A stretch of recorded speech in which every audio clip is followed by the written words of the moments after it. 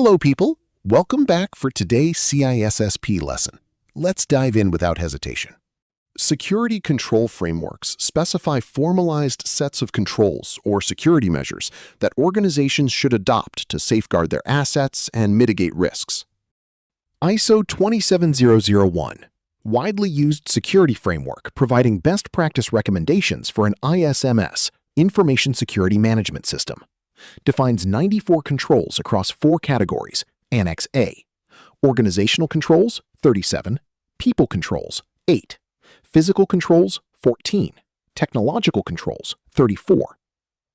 ISO 27002 provides the code of practice for information security controls, serving as implementation guidance for ISO 2701 controls.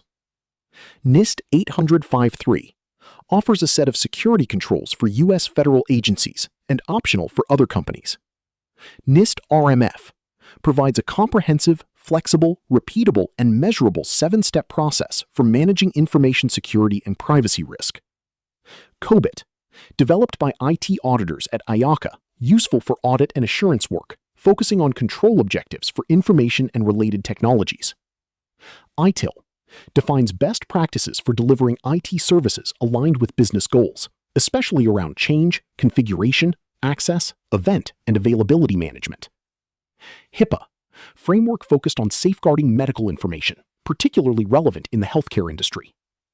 SOX, U.S. federal law requiring top management to certify financial accuracy, emphasizes integrity and availability of financial records.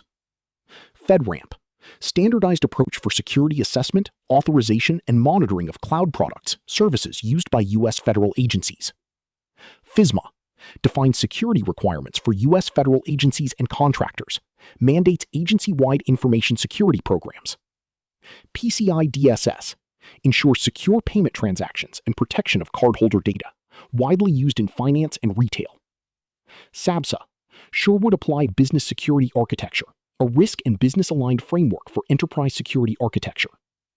CIS, the Center for Internet Security Controls, consists of 18 controls, including inventory, data protection, configuration, vulnerability management, and more. Frameworks undergo regular updates, and while you are not required to know their specific release versions, you should be familiar with the primary topics they cover. Remember that ISO/IEC 27001 and NIST SP 800-53 are 2 widely recognized frameworks for managing and implementing information security controls.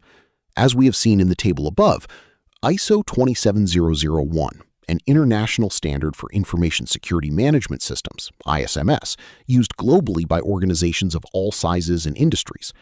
NIST SP 800-53, a U.S.-focused standard providing detailed security and privacy controls, widely adopted by federal agencies and private organizations needing compliance with government regulations. They have in common risk-based approach. Both frameworks emphasize identifying and mitigating risks to protect assets. Control categories. They cover similar areas like access control, incident response, and physical security. Customizability. Both allow organizations to tailor controls based on their specific needs and risks. Focus on continuous improvement. Both encourage ongoing monitoring, assessment, and refinement of security measures. So, which one should your organization choose?